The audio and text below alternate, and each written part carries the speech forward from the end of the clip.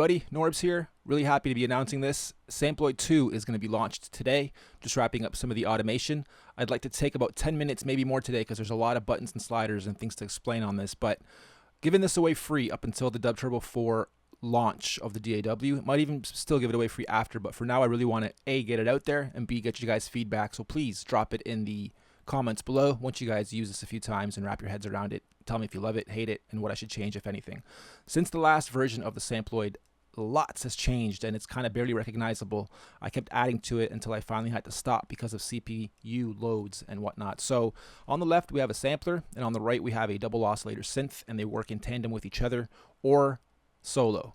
I'll have 3 versions of this to maximize use for you guys. One will be preloaded with samples, no import function, but tons of presets. One will be like this, blank. You guys will import your own folders full of WAV files. And one will be a light version of the same, just this side, maybe even some things stripped from this side, just to have a light version so you guys can load multiple instances of it and not have your DAW cap out too quick or have to bounce out all the time. Okay, so let's go. First thing we'll do is get familiar with the sampler section. You'll notice on and off buttons for almost everything, which is important. If it's not in use, turn it off is a general rule to keep your CPU loads low on this VST. We're going to click on import. It'll give you a quick description of how and why to import the way we want you to import, which is it lists your samples alphabetically on your MIDI keyboard or your PC keyboard, your keyboard you type on. You can use that too if your DAW enables it. And we wanted to group everything in sections. So 1 kick, 2 snare, 3 hi-hat, 4 percussion, 5 effects and whatnot, etc., etc. So everything's lined up how I want it to be. If you guys have sample folders that are just randomized, cool, use those in whatever format they're at, and then just you'll know with familiarity which samples belong where on what keys in your keyboard. One thing to note is when you're using this as a rompler and all the sounds lined up on your keys, you want to have the longest sample in here as your main sample, which we set once we choose one here. So what we'll do is arrange icons by size, and my last one will be the biggest one file size wise, which equates to being the longest in length too. So I'll know that once I import this kit, this folder, I just did it, I'm going to now go into choose and go back and choose SFX3, and it'll pop up in my wave loader and it'll show me 11.49 seconds. So now no matter what key I hit on this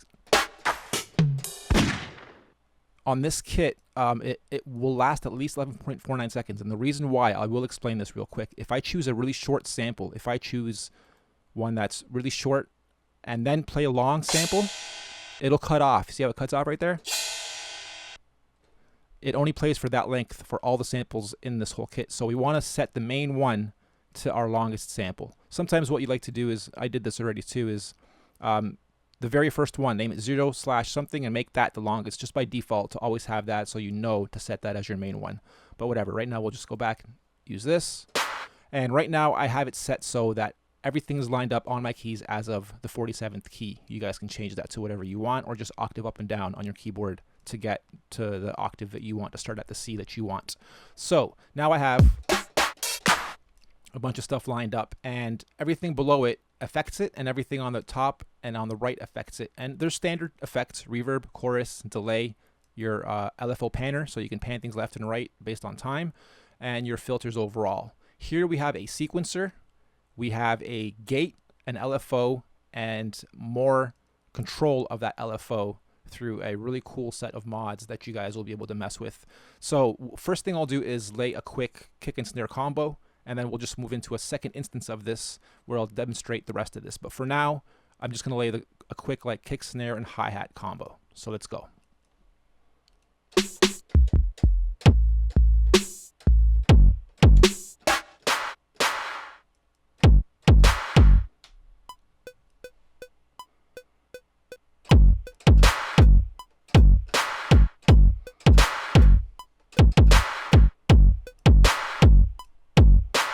All right, let's go in here quickly and fix that, and then just add some hi-hats, and we'll be good to go.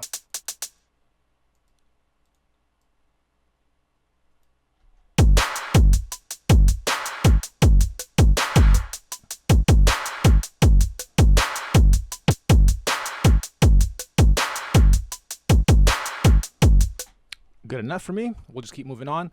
Up here is your ADSR, which controls what length the sample will play for, how quickly it'll come in, etc. When you have the drum selected, keep your attack down at the minimum. keep your release, well, wherever you want it. If you want the samples to last longer, just move it up. Very important to note is if you change presets and notice that the 32 is set to 1 on the sample side and you're using this as a rompler, change it to 32 or at least 16 so that you have ability to have samples overlapping. Because if you have it at 1, drums will cut off one sample to the next. I'll showcase that when we have a synth loaded. Now the cool thing about this is, like I said, this kit comes pretty stacked, so I can move a little bit further up the keyboard here and have access to a lot of other sounds. Basses, synths, pull up, cool voxes, boom, sweeps. We can make our own sweeps and effects and all this with the well, I'll show you. But first, I'll just add a quick couple sweeps here just to build this up a little bit. And have that at the beginning. Turn it down.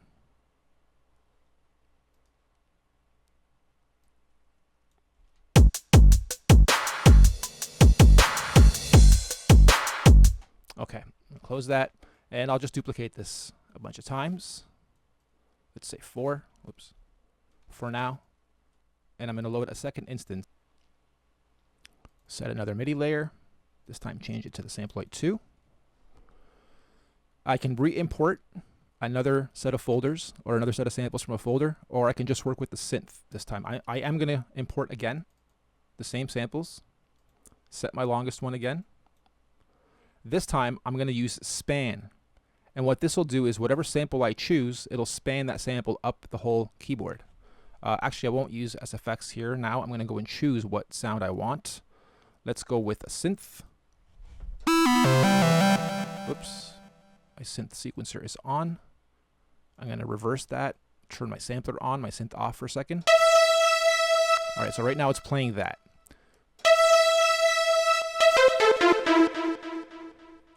I have a delay on. Actually, I like the way it sounds right now. A little bit of reverb, chorus, and delay going on. Cool. So now what I can do is I have control over the sample, and I can cherry pick whatever loopable area I want. We've pre-packed a bunch of sustaining samples for you that are nice and short. They just work well as long as holds, so you loop them. So when you have span on and you push loop, you are now looping just this section. And you hear that clip? That means it's not a sustaining sample. You'll have to find an area that is actually loopable or preload stuff that you know is loopable that doesn't have a clip, that is clean. So the beautiful thing about sampling is sometimes you can take something as little as a millisecond of a sample, loop that, and start messing with it. I'm going to demonstrate it real quick and then go back to the basics of the demonstration. Okay, now that we have that set, I can control the octave that I'm playing it at. I can start applying effects to it. I can start adding my LFO settings to it. I'm going to turn that back off.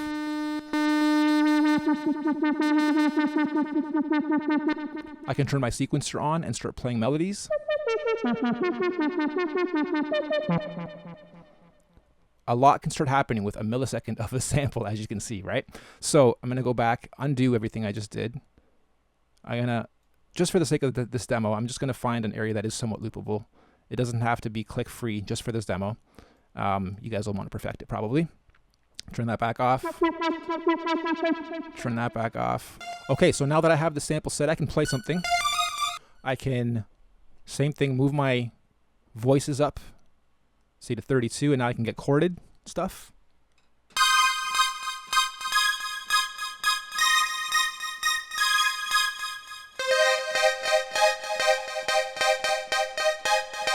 All coming from one little sample. So really cool things that you can do to affect stuff. Now, if I take this back down to 1, we're in charge of our portamento and hold stolen notes and retrigger stolen notes and whatnot, all right over here. So I'm going to turn all this on. You guys can mess with the different combinations. For the sake of the length of this video, I'm going to not. So right now I have it at 1 note and I have my portamento set short. I'm going to move it about halfway and you'll notice the sound kind of woo from one note to the next that I press.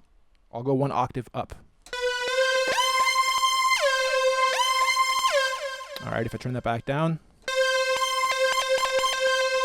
If I turn it way up, here's how we can get cool little risers and whatnot out of this with just a quick sample and you hitting 2 keys.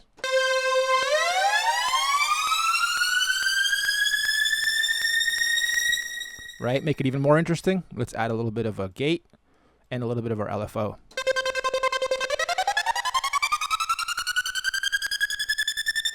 Boom, your drop. Okay, we'll turn those back off. Turn our voices back. Actually, let's leave the voice where it is. I'll turn the sample sequencer on. This is going to take some explaining, but let's do it. I'm going to turn it on, and right now it's set at 16 out of 100 that I can do steps. So I'll take it to 32, and you'll notice that now the second half is blank. If I just press a C note and hold it, it'll play this melody for me that I've created. This is an octave up and an octave down, and it might look funny and be hard to get used to, but it's really cool once you do get used to it and can play notes, melodies, chords that are riffed and trigger. I'll just showcase it instead of trying to explain it. Here we go. One note at a time first.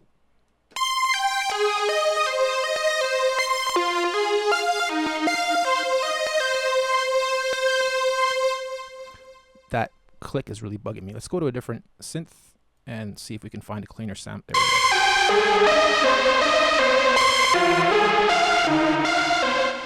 Okay, now here, the smoothness is also just like the portamento, but automated for you. So we can have it really twang out.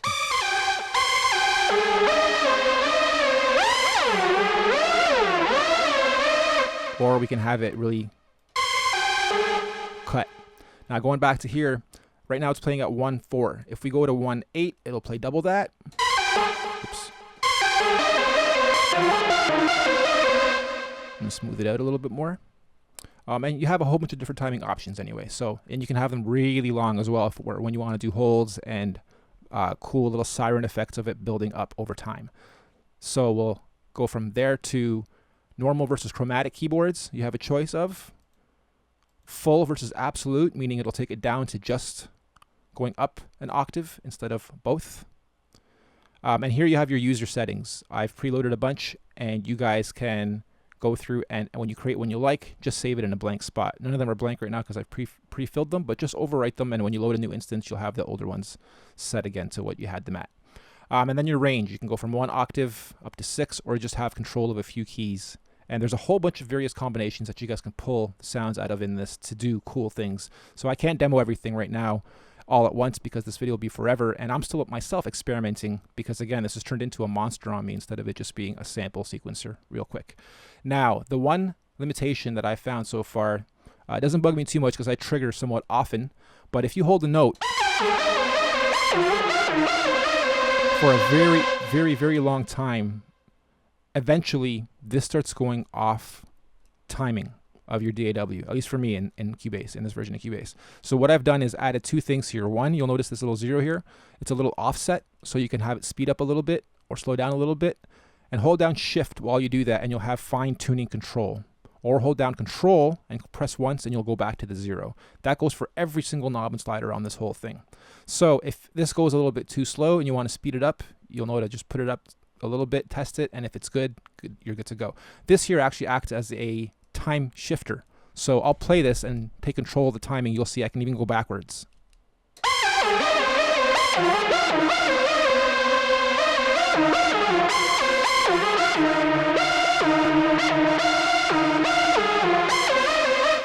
Okay, and that's just a bender. Up here is also a bunch of pitch bends as well. Everything's manual. None of the pitch bends from your MIDI controller will do this. These are all built specifically for the sampler because there's so many different types of signals going in here. Spanning versus not spanning, synth versus no synth, etc. So everything's kind of manually built, and everything I'm explaining for this side is same thing on this side with 2 oscillators, but I'll move into that shortly after I'm done with this.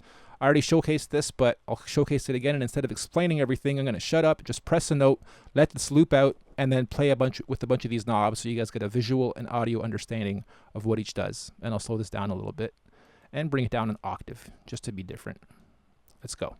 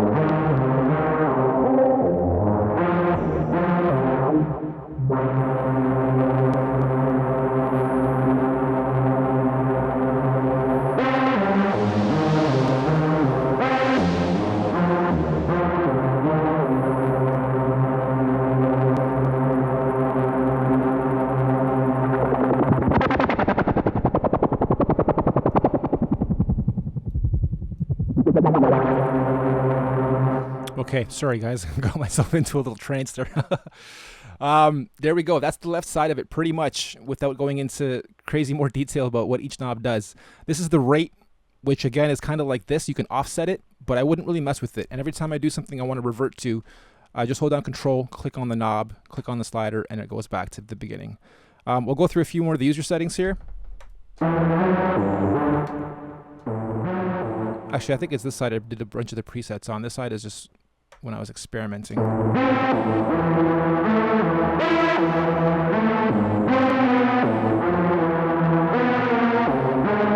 it's really hard to draw in your notes sometimes and it sounds wonky, but I'm sure you guys will do a better job than me. I'm just trying to experiment to see what the heck this thing can do now that I've built it out. Let's go back to something traditional now. I'm going to turn the loop back off. I'm going to go to something classic, just like a piano. Go back to my normal octave. Take some of these effects down a little bit so they're not overpowering. And let's see what we got.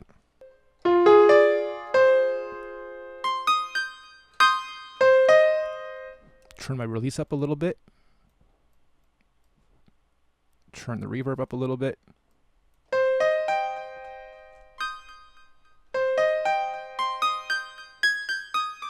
There we go, that sounds nice. So what I'll do now is introduce this side, which basically complements this. I'm going to turn my synth ADSR on and turn it down a little bit so it doesn't overpower the piano. Maybe change up a little bit of the oscillator type. Get a little bass going. There we go. I think you're starting to get it. Starting to combine sampling and synthesizing together and affecting it however we want, timing wise, gating, whatever. Cool thing you can do is have both sequencers going at different timing, and that's how I got the track I did the test track at, which I'll do a little sample of after this as well. So here, let's go. Let's just play something real quick.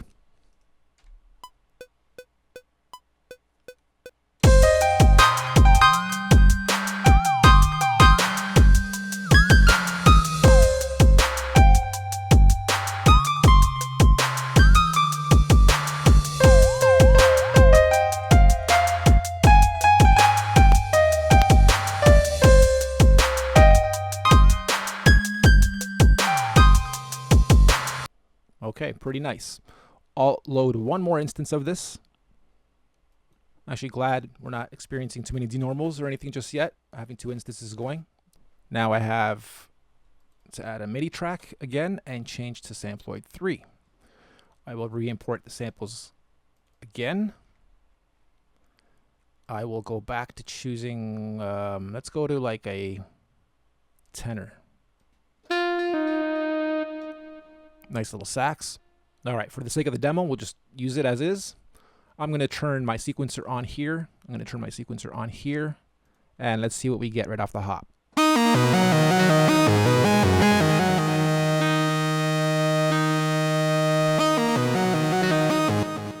Okay, so there it is. Both are going. What I'll do now is change one to be slower than the next. I'll have this one going at 1.4, this one going at 1.8.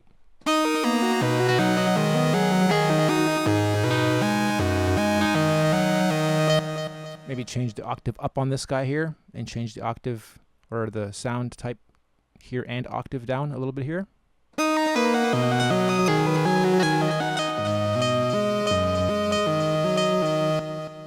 Get the gate going.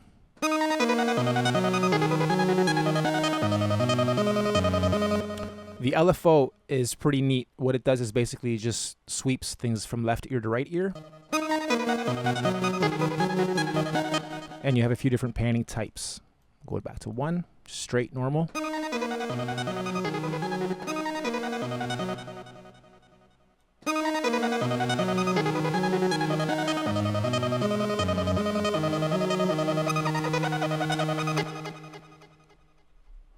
Let's see how that'll sound with the track we already got going.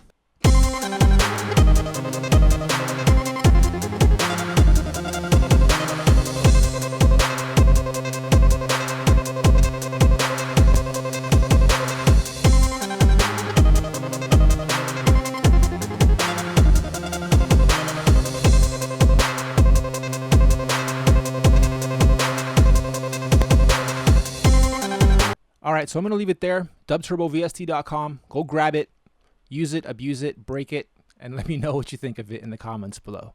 Thank you very much, guys. I'll leave the last note by saying once you get past 2 instances of this is when you'll probably start experiencing denormals. So if you have a lot of things going on both channels open and the gates going and everything else, try to bounce out a little bit more often than not, and then add your next layer and so on and so forth so you don't freeze up your DAW too often. Also, some last points just before I go. Everything here is automatable. 150 knobs, sliders, all the drawable areas except for the gate, I believe, are automatable. The sounds that will come with the preloaded version are a taste of what's to come with Dub Turbo 4, as I've hired some legends in the beat production game from back in the day, as mentioned in previous videos, to do the percussion kits, and that's why the drums sound so beautiful and hot, heavy and hot, even in this quick YouTube video that I'm doing. So having said all that, I look forward to all your love, hate, comments below. Have yourselves a great day. This is Norbs for DubTurbo.com. Version 4 coming soon, and in the meantime, enjoy this for free. Have a great day. Thank you for watching.